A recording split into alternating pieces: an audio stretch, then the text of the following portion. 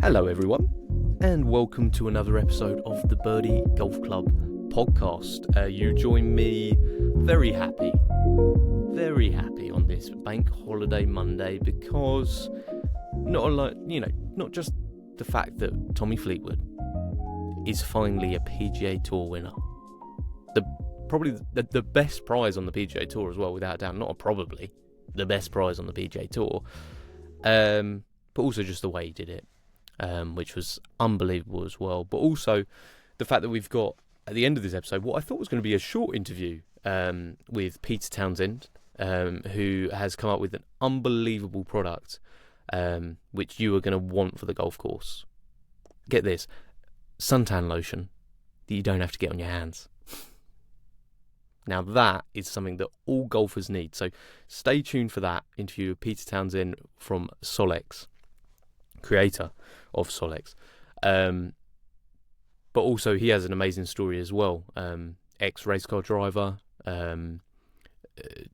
drove with the likes of Damon Hill, but also entrepreneurial guy who has come up with some incredible products in the past, and Solex is his new creation and something that you're going to want, and we've got a discount code for listeners as well on that. So that's coming up in a bit, and that's a great chat. We talk golf, we talk racing, we talk business. It's just great. I really enjoyed it. I've just come off of it, and I'm very much enjoying what happened. So I hope you do too. But I just wanted to talk about what happened last night over the weekend. Obviously, Tommy Fleetwood getting over the line and how brilliantly he done it as well. So just congratulations to Tommy. I mean, what a moment for him. And I took some notes. I thought I'd be really professional and take some notes. So these are my thoughts and how they came up. And first of all, I'm going to talk about Keegan Bradley. Because I was watching Keegan Bradley, and there's somebody who looks uncomfortable over the ball. Let's be honest, he's not what you would want your posture and your golf swing to look like. So you can probably remove that from the equation somewhat. You're not going to want to look like Keegan Bradley. We may do, but it also shows that swing DNA is there. So that's pretty important. But I thought one of the key takeaways I took from Keegan Bradley when I was watching him, and he hit some great shots yesterday, he didn't play his best golf, but he hit some pretty good shots, was his conversations with his caddy before he stepped over the ball.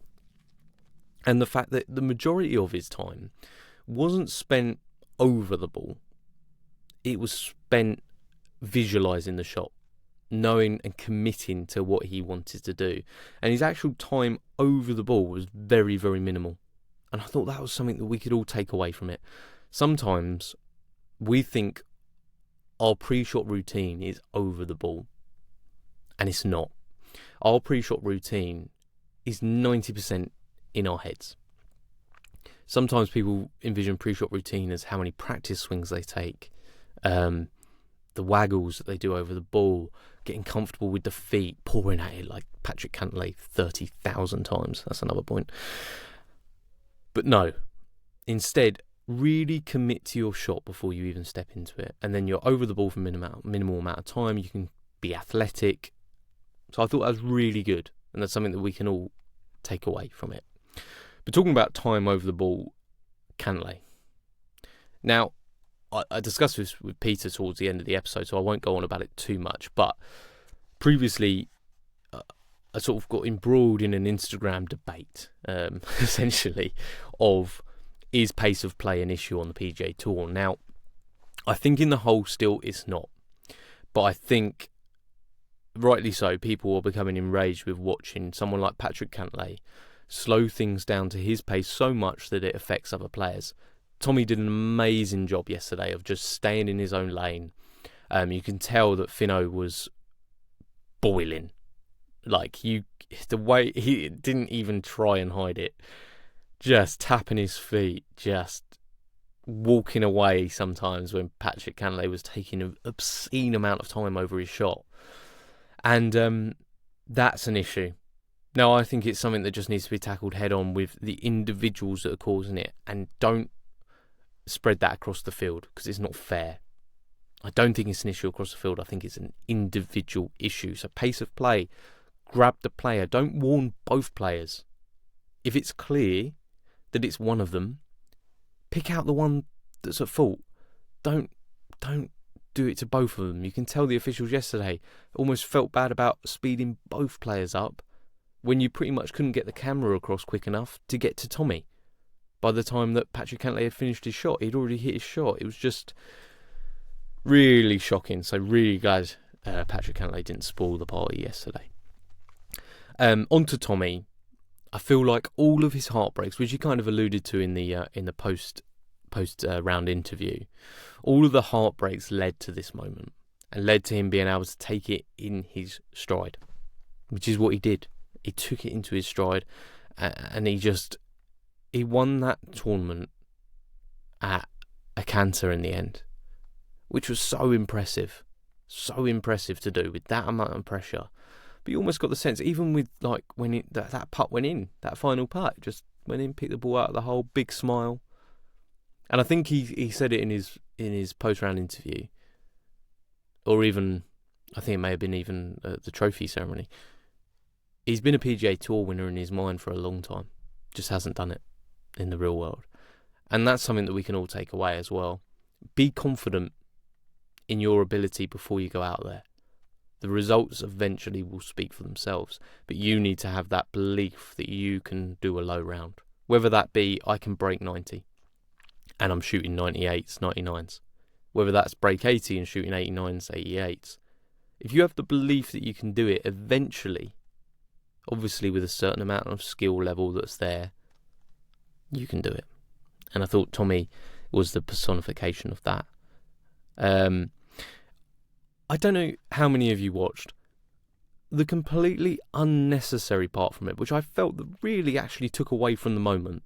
And I don't know any other golf tournaments that have done this. And I wonder if it's the live involvement as well, feels like they need to hype up situations. But there was an announcer over the tannoy on the 18th green as the players walked towards the green that was like, and give it up for Patrick Cantlay, and of course Tommy Fleetwood. And it was dreadful. It took away from the moment. It made it joke worthy and completely unnecessary. You had this unbelievable moment that as Tommy was walking towards the green, you had all these fans like coming in a bit Tiger-esque, of him walking down the last when it was obviously the FedEx Cup as well. And you had this stupid tannoy coming over the thing and this announcer giving like their names. It's like everyone that's there is a golf fan. Everyone is there is perfectly aware of the moment. And you have completely taken away from it and made it this sort of circus act of, it was awful. Like whoever's idea that was, sack 'em, because that was a terrible idea, and I felt it really took away from what should be a heart in mouth moment to be in this. Okay, he's already had his round of applause. Like, wait for that moment. Dreadful, absolutely dreadful. And then, of course, the win. Tommy did it like he did all day. Just took it in his stride. Made what could have been a tricky little finish with obviously the chip on, and then just two-putted, but he just done it simply. And it was just so lovely to see that someone like Justin Rose, who, let's face it, took victory from Tommy's grass, a few weeks ago. The fact that him and Shane Lowry stuck around, and obviously Tommy's son Oscar as well. And it was just so great to see that they care for this man who's given so much to the game of golf and has done amazing. Like, he's had an incredible career, and he got it over the line and did it in his way. And I think Rich Beam was talking about it at the end, and he sort of alluded to the fact that he wouldn't say what he said to Tommy when he was a young golfer. But it was pretty clear that he obviously said to Tommy, like, you're going to be world number one. Or you're going to end up having, I mean, who knows what he said, maybe Grand Slam winner, I don't know, major champion. I think Tommy Fleetwood's going to have a real amazing 2026. I think Tommy will get a major over the line. I think Tommy will rack up a few PGA Tour wins as well, We know that he's pretty prolific on the DP World Tour when he plays. And I feel like now, monkey off his back, it's time for him to rack up some wins. And he's been so close with majors. I think he's, 3 second-place finishes in majors? Maybe that's lowballing, maybe that's too much. I can't remember. I haven't got the stats in front of me. But he is just an amazing, amazing golfer. And there's stuff that I think the everyday golfer can take from his golf swing as well. By the fact it's a very simple motion. Keeps it on plane. Gets all his power from the ground.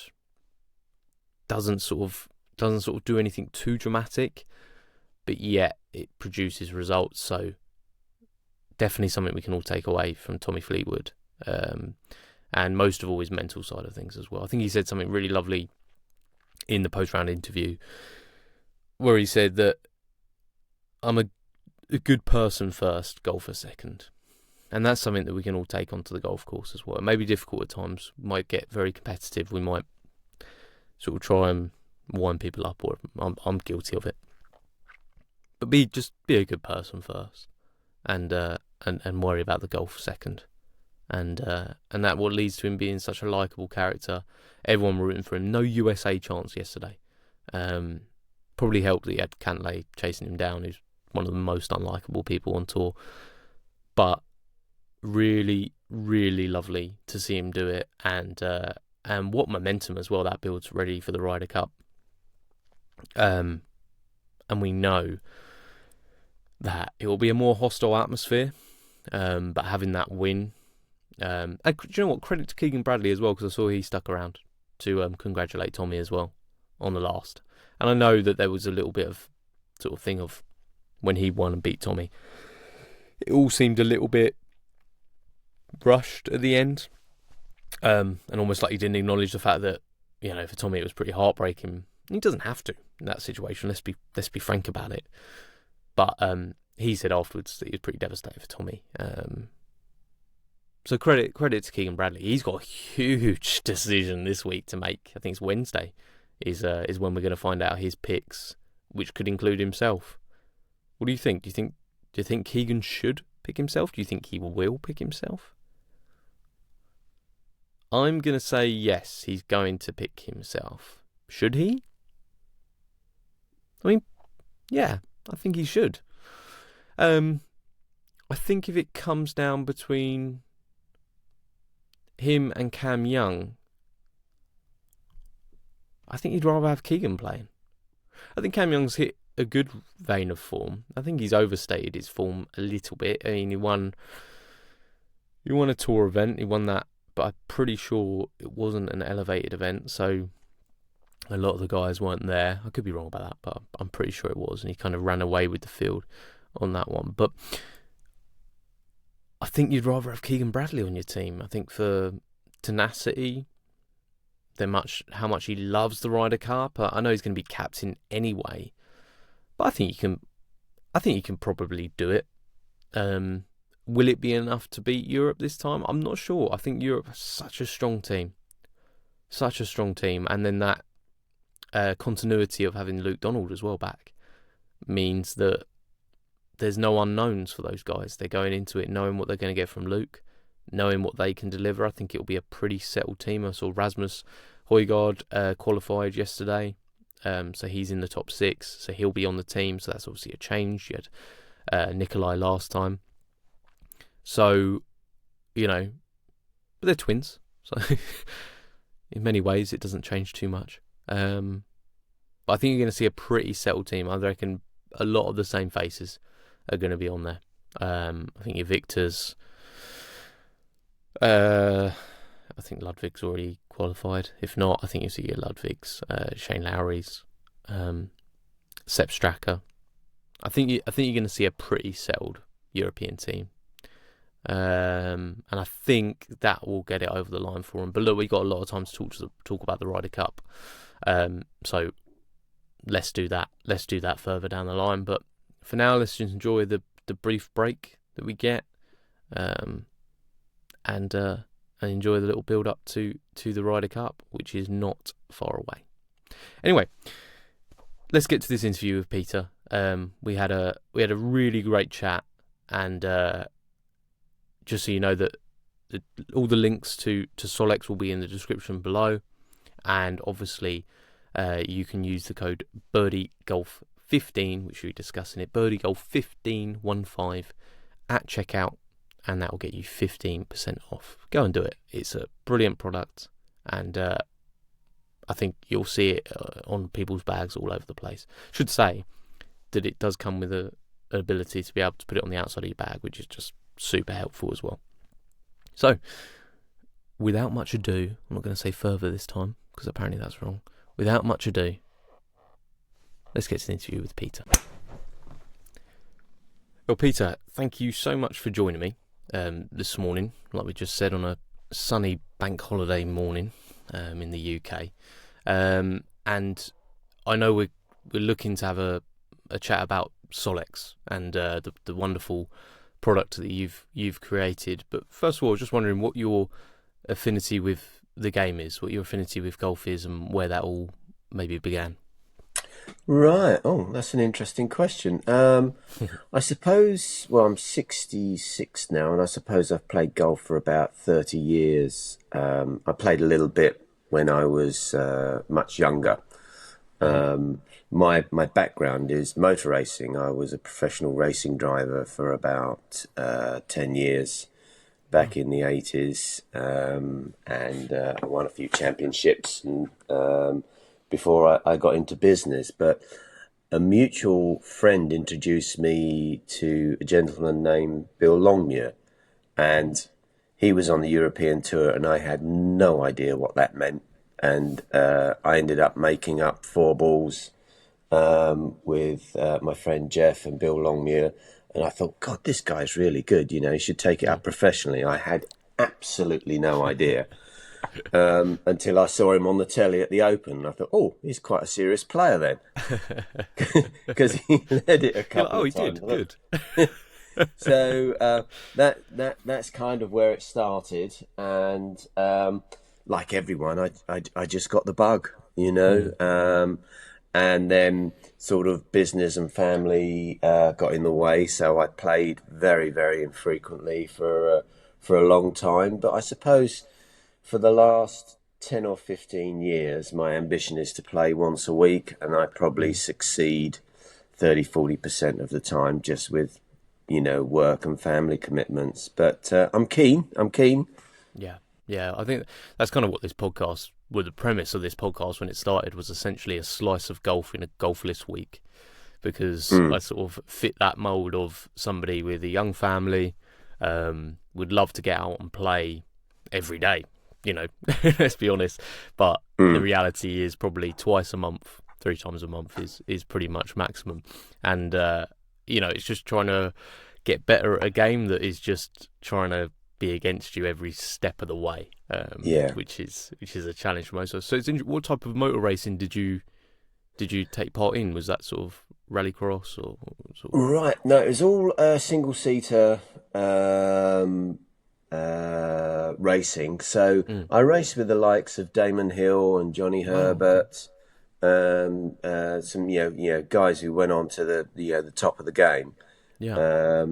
And it's good. And I won the British Formula Ford Championship in '84 against some very stiff competition. But with that game, it's all about sponsorship. If you can get enough, you know, sponsorship, you know, I think with, you know, and I'll probably get chastised for saying this, but with golf, you know, or tennis, you need a bat or some clubs. And with hard work, you can show how talented you are. But with motor racing, at the stage I was racing at, unless you had £50,000 sponsorship to buy the best tyres, the best engines, the best chassis, you couldn't show what level of talent you had. You know, it just got to the stage that I could see myself on this wheel of trying to find sponsorship in order to progress or in order to stay in the sport, continuing forever. And I really wanted to make a change. So I was a senior instructor at Brands Hatch, teaching sort of young prodigies coming through, and I could see sort of tons of family money behind them. And I thought, I'm never going to compete with this. I'm going to have to go and make some money for myself if I'm going to sort of feed this addiction. So I came up with a novel idea. All of the circuits had loads of merchandise on sale, and it was all based around the driver's crash helmet, which was effectively their logo. And back then in the 80s, they didn't change week to week like they do with Formula One drivers now. They just stuck with that logo continuously. And I had the novel idea of saying, "Oh, this would fit nicely on a watch dial, and no one's doing any watches. I'll do that." So I approached Nigel Mansell about the idea and said, "Oh, Nigel, because at that time you could literally walk into the paddock and start a conversation, not without, I think it's Barrier easier to to see. entry. Yeah, I think it's easier to get in and see the Prime Minister than it is get into an F1 paddock these days, let Unless alone you're the front Brad of the Pitt. garage." Yeah. So I wandered up and said, "I've got this great idea," explained it to him, and he said, "Yeah, that's great, let's do it." And he's like, "Oh, okay." And then I realised I knew nothing about watches. So I sold the connection onto a watch company who paid me a nice commission for doing that. And I thought, "Oh, this is good. Maybe merchandising is the future for me." And but during that period, I suddenly thought, well, if you can put a racing driver's crash helmet on there, surely you could put a company logo on there, which simply didn't exist at that time. And with some research, I realised that you could buy, a Swatch watch was £25, and I could buy and make a Swatch replica and sell it for £5 and make a good margin. So I took my commission, bought a flight to Hong Kong, got into my hotel, opened up the yellow pages, and looked up watch manufacturing. That's how naive I was, but how basic industry was 35, 40 years ago. So after a week, I put together a deal with a couple of watch manufacturers, came back and started selling these watches to all of the companies that I've been talking to about sponsorship. So BMW, Jaguar, Virgin, all of these guys were going, "Yeah, we'll have 1,000." And I was thinking, my God, I'm really onto something. And that just led me into a whole career in that promotional watch business that then morphed into general merchandise. In that people would say, "Oh, we did a really good watch promotion last year. Why don't we do an umbrella this year?" And I say, "Yeah, I know a guy." So I would then go and find them an umbrella. So I started a whole sourcing business in China, and I think my little claim to fame in the watch business was by volume, not by value, but by volume. I was the biggest watch importer into the UK for about 4 or 5 years. We were doing like 1.5 million watches a year. Oh, wow. It's incredible because you had at that time, the way the retail market worked, you had this price point of 25, 30 quid. So when you gave someone a watch, that's what they saw the value at. Yeah. But the phone came along and killed that, because basically everyone didn't have the need for a cheap watch because you had a timepiece in your hand every day. So Yeah. it was just as well we kind of moved on into other products. Exactly. And how have you found that transition? Because obviously that was a field you got to know really, really well, I'm guessing, over the years. And like you said, you became top importer in the UK. How have you found the transition into new products? Because you seem like somebody who has the ideas pretty much locked down. You're an ideas man, and then it's a case of, right, how do I do this from here? So how have you found that transition? Well, over the years, we employed a lot of product designers, and because my sort of marketing philosophy was, rather than just taking an existing product and popping a logo on it, what we would do is design and manufacture something very bespoke for you. So I had a lot of big clients like Procter and Gamble. So we're doing Gillette, Olay, Old Spice, basically the whole roster, supplying them product on a sort of global scale. And what we would do is really look into their target audience and design things that appealed to them, and then say to the client, you know, this is what we think will work for you. And it was phenomenally successful. And the thing that I realized over the years is that the thing that I enjoyed most was working with the designers. That, you know, the business is business, and that's, you know, that can be very tough and tricky, and you have to make hard decisions. Whereas working with designers was just pure pleasure. I really enjoyed that. I enjoyed working with creative people, and whilst I've had no formal training, I left school at 14, so I enjoyed technical drawing as a kid at school. That was my favourite subject. So I'm able to visualise things in my mind and get them sort of three-dimensionally down on paper. And being, you know, quite a dyslexic, I see the world differently to other people, and sort of what people perceive as engineering problems, I immediately go to solutions and ask them, have I oversimplified this? Because that to me was very, very easy to solve. And you've got guys scratching their heads saying, how are we going to do that? And so I'm always afraid that I've completely missed the point because I've come up with such a simple solution.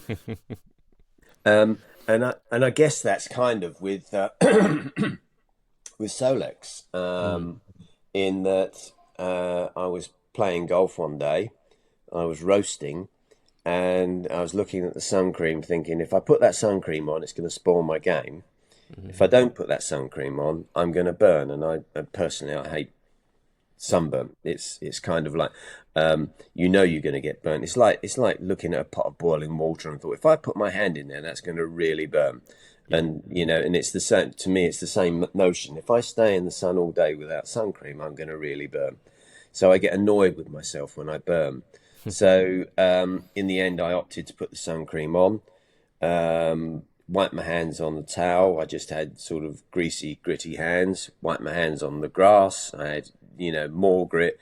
And I just said, oh, man, there's just got to be a better solution than this.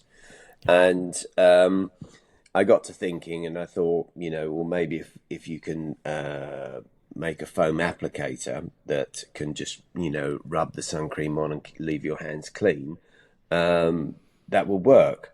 And I got on the internet and found some little pots of, were just basically empty pots with a foam applicator on that was rather like the shoe polish thing. They're actually used for detailing in the auto industry for car cleaners. Right. You know, they put their liquids in there, and they can just sort of, you know, put it on the wheels or tires or whatever they do. Squeeze and go type sort of, yeah. Yeah, and I mated one of those onto the top of a bottle of sun cream, and this thing, I suppose, was about an inch diameter, something like that, and then I started using that, and it's like, oh my God, that works. That really works. So I then pursued what would be a better shape, and then it's kind of like the whole thing racks up from there. So with Solex to make the product, we've got, I think it's like we created 14 new toolings, injection toolings to make the product, because the notion is very simple. The reality was far more complicated. Okay. Of how to make it work, and we've got. I really like the saddle shape. The idea that it fits nicely. The groove fits nicely onto the larger surfaces of your arms and legs, and face, and then the peaks are really good for detailing in around, you know, your nose and ears. I think it's particularly brilliant at putting sun cream on your ears. I think I'd go so far as to say I think it's more efficient than fingers when it comes to getting sun cream on your ears. I don't know why. Maybe it's just my big ears. No, no, that's good to hear. I always have a problem with the ears as well, and I seem to have this thing where it's like I get that sort of, I think it's called juvenile spring eruption that tends to happen on my ears when they're exposed to what's the name, and for some reason I still get it in my 30s. So to have something that is able to do that, I mean, I was out on the golf course and I had the exact same thought as you, but unfortunately I'm not as innovative as you are because I literally just. I sort of had the same thing previous round. I'd used just generic sun cream. Hands were all greasy, everything like that. And I thought, I can't have that again. So I noticed my kids had like a roll-on one. And I was like, I'm going to nick that. So I took it out with me. Didn't obviously have a mirror on me at the time. And just assumed that the roll-on would be like a case of that it would be a very thin layer and you could roll it on and job was done. I put it on all my face and my mate looks at me and goes, you know, you've literally got like thick sun cream all over your face, don't you? And I'm like, what? It didn't rub it in or anything. He's like, no, it just literally just smeared sun cream all over your face. And I thought, well, now I'm in the same predicament where I'm spreading sun cream on my face and it hasn't solved anything. And honestly, when I came, I was, you know, my phone must have been listening to my thoughts or conversations or whatever it may be. Yeah. And came across Solex on Instagram and was just like, well, that just seems a complete no-brainer. I think it was like what you were saying earlier with the fact that with dyslexia, you sort of oversimplify things and it becomes this, well, that's the solution. And you didn't, like, it's 100% it's the solution for golfers and for, I think, just in everyday life as well. It just seems such a simpler product to apply and use when you're out. And we all know the benefits of obviously using sun cream when you're out in the sun for a sustained period of time. So, yeah, I was pretty blown away by the product and the ingenuity of it. Yeah, that's very, very kind of you. It's but getting to your point, yeah, I don't see any limit to where it can be used. You know, whether you're hiking up a mountain or sat outside a cafe. You know, it's great for wriggling kids. Yeah. It's you know, really is such a good all rounder. And I'm pleased to say we're getting lots of traction in the from retailers from it. We've had a bit of interest from some of the major supermarkets, but in golf it's like pushing an open door because every golfer knows this problem day in, day out, and it just solves that. And you know, I say to people, do your normal sun care routine before you go out. You know, for me personally, I you know, I get to the club, I put my sun, you know, just sun cream from a bottle on. I go and have a coffee with my buddies, and then you've gone past that sort of 20 minutes that it takes to have an effect, because the way sun creams work is the chemicals mix with your skin to form a barrier that absorbs the UVA and UVB and disperses it, so it's not harmful, and it takes about 20-30 minutes to take effect. But it only lasts 2 hours, and that's the thing that most people miss. A lot of people think that, you know, I've put sun cream on first thing in the morning, I'm done for the day. You're not. It basically, sun cream works like a bell curve in that the SPF increases very rapidly in that first half an hour until it reaches you know, let's say factor 30 or factor 50, but then it's on a sort of a gradual curve down. So after 2 hours, that SPF has dropped below 15, and 15 is the absolute minimum you need to be outside. And that's when you need to reapply. That 2 hour window varies from activity. If you're sweating a lot or toweling off because you're sweating or swimming, your skin complexion, your age, all of those things vary. So that's why, you know, dermatologists saying don't go beyond 2 hours. And I would say to anyone with fair skin or, you know, sort of red hair and freckles and things like that, you know, it's more like an hour and a half.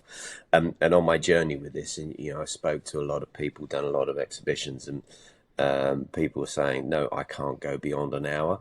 or I just burn, just because of skin types. So Yeah. you have to be really careful. And the problem is, as we mentioned earlier, with global warming, it's the ozone's breaking down, and we're just getting more and more harmful UVA and UVB coming through every time. So it's becoming more and more of a problem.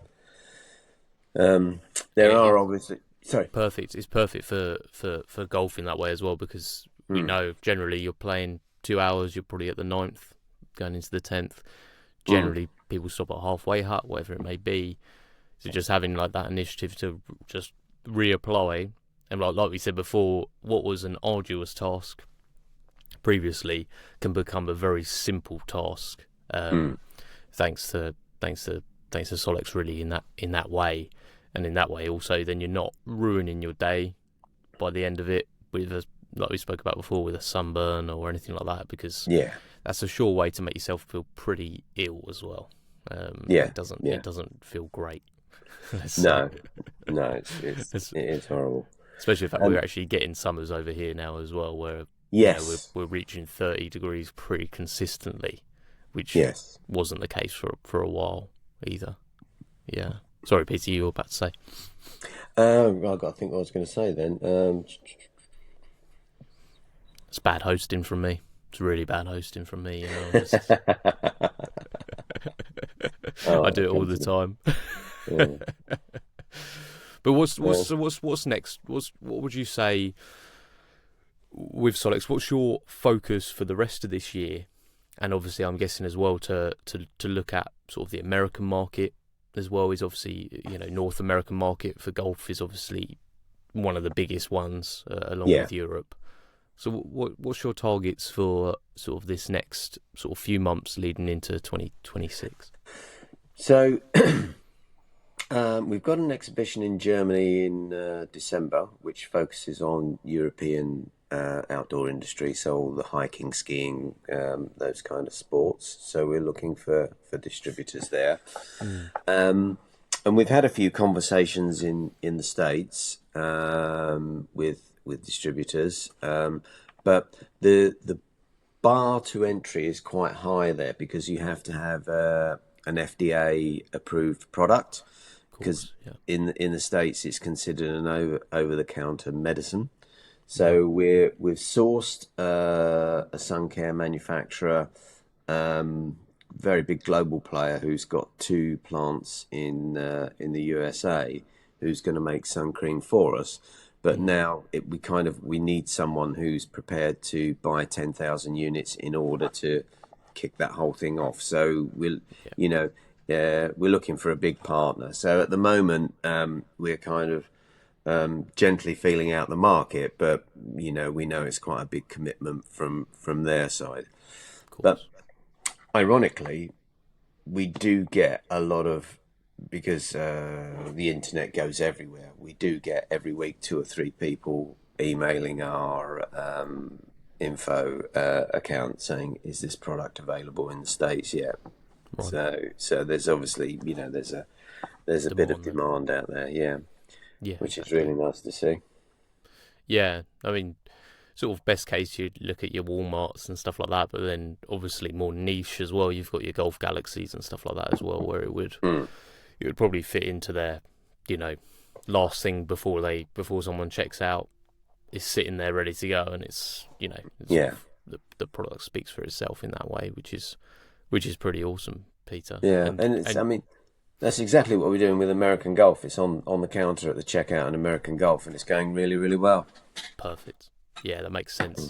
Along with the golf insurance sort of ready to go, it's there. That's amazing, Peter. And you've got a great team behind you as well at Solex. I've spoken to a couple through email, and everyone seems Yeah, very engaged. And yeah, no, I'm very well supported. They're a good team. Principally, it's a husband and wife team. My wife and I have worked together for like, you know, 35, 36 years now, so we know our way wonderful. around each other. And Nadia's come on to do all of our digital marketing, because I think in this day and age. It's the only way to get a presence, and she's doing a really, really good job. It's going really, really well. While we're focusing on golf, as I say, we're preaching to the choir, so everyone wants to get involved. We've got lots of macro influencers working with us now.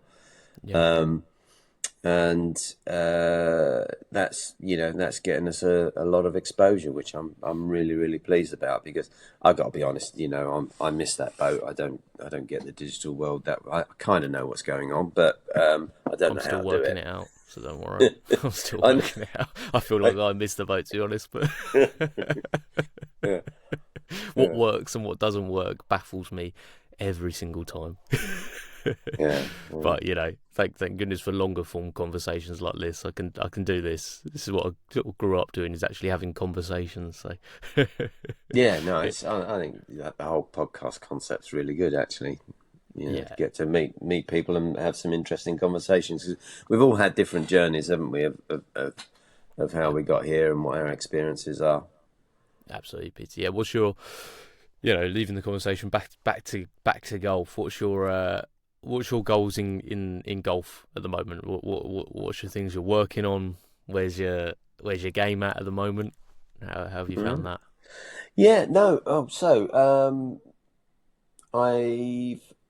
I had an awful winter, and my handicap kept going up and up and up, and I went from 18 to 17 to 21, and I couldn't really work out why. So at my club, we've got a coach called named Paul Stewart, who's very, very good. And what I like about Paul is when you have a lesson with him, he'll give you one thing to work on.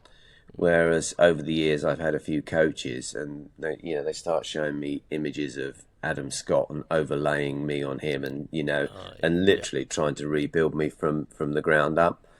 And as an older guy with lots of injuries from falling off motorbikes when I was young and crashing cars in my 20s and 30s, I can't do that. I can't achieve that. So not many of us can with Adam Scott's sort of. No, it's so silky smooth. So what Paul will do is work with you and give you sort of one key takeaway and say just work on that, and it really, really works. And I've been practicing hard, because I've got I've got a trip up to Scotland next week. I'm going up to St Andrews. Oh, amazing! So we can't get on the old course, but we're playing a few courses. So St Andrews are a good customer of mine, one of the early converters to Solex, the St Andrews Links Trust. So we're going up to see them to have a planning meeting for next year. And I invited a pal, and we're going up and staying at the Fairmont St Andrews. Callum Nichol there's very kindly looking after us. Amazing. And we're just spending a couple of nights, going to have a couple of games and do a bit of business. So kind of having that focus, like with me, if I've got an event, I really focus on getting out and practicing, and so I've been hitting the ball nicely, and then it suddenly literally evaporated again. And I saw Paul yesterday, and he said, your shoulders are too open at impact. He said, what's happening is the club's getting way behind you, it's coming out a bit thin, and your disbursement is pretty bad. So we really just concentrated for 35, 40 minutes on getting square impact. I went out and played, and I played some really, really lovely shots. I was very, very happy. So I'm guessing your bad shot would be a slice if your shoulders are open, even before they become more open. Your miss was probably to the right. And then our body just seems to do this thing where we just open ourselves up even more and more, and then it just becomes even more exaggerated, doesn't it? I had the exact same issue, and it wasn't until I sort of basically had to square my shoulders off to the point of aiming right of target that it kind of helped solve the whole thing. It's so sometimes you do need someone to point it out to you, though, don't you? I think the coach, like you were saying, I've got friends that have just got involved in the game, and they're playing off 30, 35 or whatever it may be, and I say to them, go for lessons, that's fine, but find somebody who's not going to overload you with information to try and get you to book 10 sessions. Because that's, and it's understandable because it's a business and they're trying to block book and whatever they may do. But you do need to find someone who's willing to just give you something to make you better within the next few weeks, rather than someone who's going to make you better in the next year, because especially depending on how much time you have as well, because I think it takes 10 times the amount of time of a lesson to implement what they've asked you to do. Yeah. And that can be a very difficult balance, because for them, obviously, it's important to get the bookings in and to have a regular client, but for you, you're looking to get better at golf, and it's very hard to do that if they're trying to make you look like Adam Scott, because none of us are. We all have our own swing DNA, and it's just a case of, right, what can I do with what I've got, because I'm an amateur golfer, Yeah, and I think that's really, really important. It's like, for me personally, it's about take the frustration out of my game so I can go out and enjoy my golf. I'm never going to be a pro, am I? But what I want to do is go out and compete with my buddies. Yeah, but I'm guessing you've got that. You've definitely got that competitive edge because of your career, like leading up to it, right? You must just sort of really want to win quite a bit as well. Yes, there is that too. And it's funny, because with that motor racing, I sort of crossed that over into my work life, in that I view every day as a lap.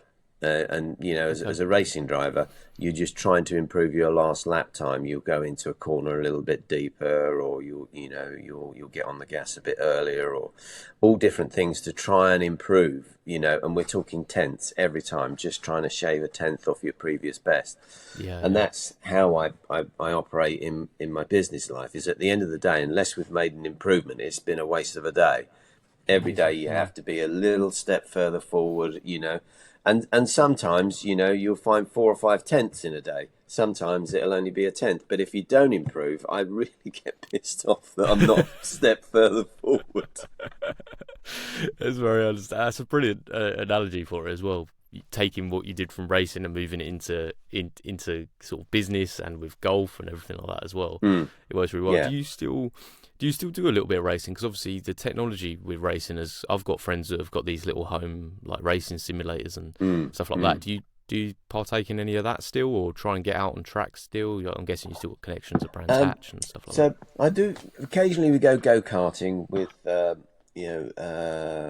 my son and son-in-law and all of the all of that gang, and I still show them up, and it does annoy them that the old boy can still put it to them. All that experience, though, right? I mean, just I think the thing is I can get on the pace very quickly and then find tiny improvements, whereas they spend the whole, like, they'll spend 10 minutes to get on the pace, and then I'm already sort of half a second quicker than them consistently. So I quite enjoy sticking to them like that. And I'm just addicted to F1. I love watching F1. It's done so well, hasn't it? I mean, because I remember watching F1 when I was in my teens, and like so into it. I was on holiday, and I remember waking up at like 4 a.m. to watch like the first race of the year, and then I just felt like it went through a bit of a lull. But then this like the Netflix sort of stuff with Drive to Survive, and also the emergence of a bit more character-based sort of storylines that are going on, and with the field seemingly moving a little bit closer to each other as with the rules and everything like that, it just leads to some better racing, which seems to be definitely. I think 2 things. I think Drive to Survive obviously opened up Formula One to a massive new audience, but it took the focus away from the top 2 or 3 cars, and people come into it and say, no, I want to support Haas, or I want to support Alpine and things like that. So people were actually prepared to come out and support struggling teams, and so it's moved the fans' focus away from who's winning a little bit to the whole of the field. And people pick their favourites and shout for their favourites, even if they're racing after that last point. It's a victory to them. and that I think is brilliant for the game. And as you say, it's really made some characters out of the sport. I think Danny Ricciardo in particular came out of it really well, showing what a sort of a great personality he has. And because I think there was a time in the 90s, maybe early 2000s, where the racing drivers were such corporate drones. They just showed no flair, no personality, no quips. One of them. It was just all straight down the line. I drove my Marlboro car to the end and I won. It's it's we want to know. but not fun. Yeah. I think that's an interesting point you made as well about the fact that it's opened up the field, and I think this is something that all sports are trying to capture from. Like, you look at the Premier League in football, obviously, and you've got teams 1 to 20 that they have thousands upon millions of supporters. And then you look at other things that were struggling before, a bit like F1 and golf in many ways as well, where it's very top heavy. So you've got your leading guys, leading teams, whatever it may be, and then everyone else sort of struggles along the way. And I think with Drive to Survive, like you said, it's created narratives around everyone in the field, which has been good. And then you look at what they've done with golf as well, with obviously the Netflix series there, and the fact that your Joel Damons have gained notoriety, and his caddy, it's Gino. I mean, how often? I mean, not anymore, which is obviously another storyline. But how different that is, and then you see how that's been implemented into the game, and then you essentially have a whole field of people with stories, which then makes you tune in and want to watch. And I did wonder, with the FedEx that's happened over the last few weeks, I don't know how you implement it into other tournaments, but the fact that every single one leading up to obviously the playoff finals had the cut of the next tournament going on added a whole other layer to the golf, which I don't know how you capture that across the rest of the year. But it was brilliant because having that double sort of thing going on of obviously the winner, and then obviously the fact that you're having all these guys battling out to try and get into the top 30 ready for the next one was so good. But it's like, how do you do that for the rest of the year leading up to it? It's a very difficult thing to do because golf can be very singly focused on who wins that tournament that week, which is it's tough, isn't it? How do you recreate that kind of jeopardy? Yeah, I agree that tension has been really good, and I do enjoy that, where the guys are really sort of battling, because you get the feeling, and I'll probably get shot for saying this, but if you make the cut and you're not playing great, you drift off. Whereas I'm here for the weekend, I'm going to make a few quid, but the amount of money those guys are making, sort of 50th or 40th is potato in their world. But if I don't make it to 40, I'm going home and I'm missing out on a chunk of money next week is a huge incentive. Yeah. I don't know how that works on a year-long basis, though. You know what I mean? How do you recreate? I mean, I guess you can't. I guess that's what makes... Because a lot of people have struggled with the FedEx Cup towards the end of the year, and obviously the staggered start system, which was in place, and now it's going to just be in a level playing field. For me, that's what you focus on. I think you focus on the guys getting into the next week, because your top guys are generally going to be battling out. And obviously you had this weekend with Tommy, which was a fantastic storyline, and unbelievable irony that the first one he wins is literally for the marbles, the whole thing, which is awesome. But I watched that last night, and it's great, wasn't it? I'm just so made up for the man. I really am. And more than anything, right, is that when he lost to Keegan Bradley a couple of weeks ago, I thought that gave Team USA for the Ryder Cup some serious bragging rights. Yeah. And I thought, do you know what, that could really sort of be harsh hard on him because the fans wouldn't let him forget out in New York, and that would have been absolutely crushing for him everywhere he went. That would be hollered at him. Yeah. But now is sort of, it's now in your face, isn't it? Because he's won the top event and on the PGA Tour and in style. Absolutely no wobbles or anything like that. He just kept grinding it out and just played better golf, and so I'm so pleased for him. And he had to do it with playing at Cantlay pace, which is do you know what? I had this thing the other week because I saw on Instagram there was somebody who was like pace of play. And to be honest, it kind of winds me up, the whole pace of play stuff, because I don't think it's a huge issue across the board. I think golf is not a quick sport. It was never designed to be a quick sport. If you want quick golf, go and watch TGL. That's fine. Go and watch Live, because it's all done in the same amount of time. But golf, it's never designed to be a quick. It's a thinking man's sport. It takes time. There's a collaborative effort between you and your caddy.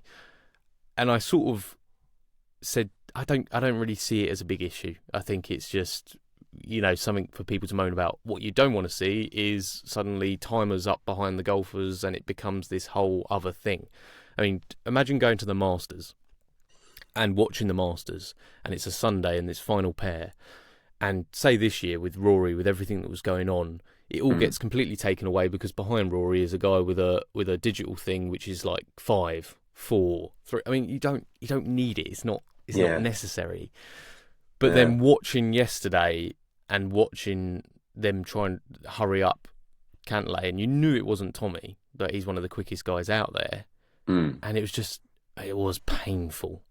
I think it's more of an individual problem that's going on. Yeah. I at one time, this is a God's honest truth. At one time, they're on the green. Cantlay's looking at his putt, 5-6 feet. So I've gone out in the kitchen, made myself a snack, come back, sat down, and thought, is he still on that same bloody putt? Yes, he was. He does this little thing where he sort of like paws at the ground. I literally I've got a little kitten at the moment, and our kitten does the same thing. And it just paws away at your sort of leg or so whatever it may be, and he does that before every putt 7 times whilst looking at it, and then he looks back and then his legs start going again, and you're like, I mean, I know it's important, and I know what they're playing for is far more than what we play for as amateurs, and you can understand them taking extra time. An insane amount of money, isn't it? Yeah. But it was beyond like Brian Harman levels at the Open, when he was doing the waggle, and it was just. And it just seems pretty unlikable as a character as well. That doesn't help. I think if he's a likable character, you see him in YouTube videos and stuff like that, and he doesn't give you much more than what you see out on course. And look, credit to it, he's an unbelievable golfer. Some of the golf shots he hit yesterday, I think there was that one where he was in the same spot as what Tommy was, and Tommy decided he got a better lie from the drop, but Tommy decided to go left, and he was the green. There's no denying the guy's talent. Like, he's clearly an unbelievable golfer. It just doesn't seem like somebody I'd want to be playing a 4-ball with, because I don't have that much time on my hands. Yeah, he's not in my dream 4-ball. Imagine if he was. You really question it. But, well, yeah, it's me you got a question then, isn't it? Yeah. So I just, Peter seems like a nice guy, but he said Patrick Cantlay in his dream 4-ball. Well, Peter, I'll put all the links to Solex in the description of the podcast. I think I'm going to have a couple of unboxings and stuff coming up on the Instagram as well. I'll give you my feedback as well on the product. And I think it's a fantastic idea. Like I said, I think it's innovative. It's something that was necessary, and the fact you've done it is of no surprise. Obviously, with your history of being pretty entrepreneurial when it comes to these sort of things. So, thank you so much for coming on the podcast, Peter. I really do appreciate it. It was fantastic to learn about your career as well. Lovely, thanks, mate. And for your listeners, if they go on and the website and type in a discount code of BirdieGolf15, there'll be a 15% discount for them. We'd be delighted to get the product out to them. Amazing. Thank you, Peter. That's Birdie Golf 15 at checkout 15, yeah? Yeah. Perfect. I'll put all that in the show notes, and go out and get some Solex and save yourself from some serious sunburn, and make it enjoyable as well, rather than being a task when you're out there. Thank you so much, Peter. Enjoy your bank holiday.